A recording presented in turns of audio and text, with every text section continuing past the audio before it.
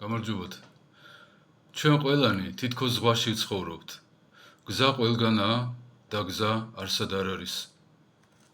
ჩვენი აზრები და წარმოდგენები გვაქვს ხოლმე.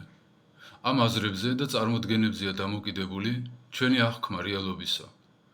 უпростоრად ჩვენეული ვერსია რეალობისა.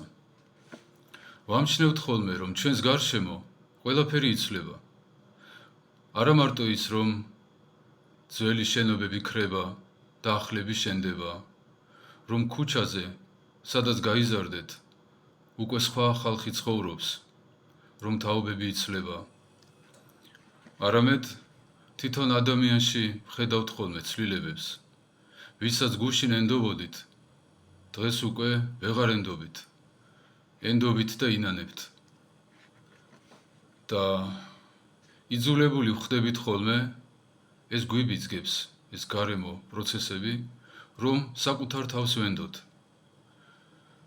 აქ იმალება სწორედ უდიდესი საფრთხე.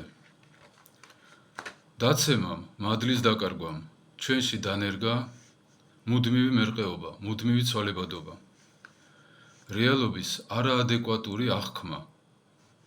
დილით სხვანაირები ვართ, საღამოთი სხვანაირები. მზიან ამინში სხვანაირები ვართ, წვიმიანში სხვანაირები. მშიერები სხვანაირები ვართ, რამდენიმე მწვადის შემდეგ სხვანაირები. დამატებითი 100 ლარი უკვე საკმარისი мотивაციაა ხოლმე, რომ ხასიათი გამოგვისწორდეს. მუდმივად ცვალებადი ქმნილებები, მუდმივად ცვალებად სამყაროში. და მაინც გვჯერა ხოლმე, რომ ყველაფერი ყარად დგას. წარმოიდგინეთ ფიზიკის ან მათემატიკის კანონები, რომ ყოველდღე იცვლებოდეს. დღეს 2x2 რამდენიაო? ხომ კარგი შეკითხვა? ეს რა თქმა უნდა აბსურდია. ასეთ სამყაროში რამის ანგარიშს აზრი არა აქვს. მაგრამ ამაზე უარესი აბსურდიც არსებობს. ვინც არ იცვლება, თან მარადიულად, ღმერთი, იმას არ ვენდობით ხოლმე. ჩვენი მუდმივი ცვალებადობა არის იმის ნიშანი, თუ როგორი დაზიანებულები ვართ და როგორი არასტაბილურები და ეს ასე არ უნდა იყოს. მივეჩვიეთ მუდმივ მერყეობას. ბავშვობიდან ვეჩვევით და გგონია, რომ ეს არის ნორმალური და ბუნებრივი მოვლენა. იმიტომ რომ სხვა მდგომარეობის გამოცდილება ჩვენ არ გვაქვს. საკუთარი თავის უნდობლობით და ღვთისადმი ნდობით იწყება სტაბილურობის გზა. გონების გამტკიცების გზა.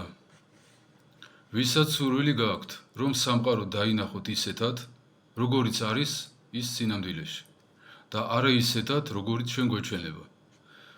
უნდა ისწავლოთ სახარება და რაც იქ წერია გააკეთოთ ხოლმე. წმინდანებს ასე უთქვიათ, ღმერთის მადლი, ღმერთის ენერგია მოქმედებსო ღვთის მცნებებში. სანამ ღვთის მცნებებით არ ვიმოქმედებთ, მადლი ჩვენ არ შეგვეხება. ზიარების წინა ლოცვაში არის ასეთი ფრაზა: მომანიჭე გონების სიმტკიცეო.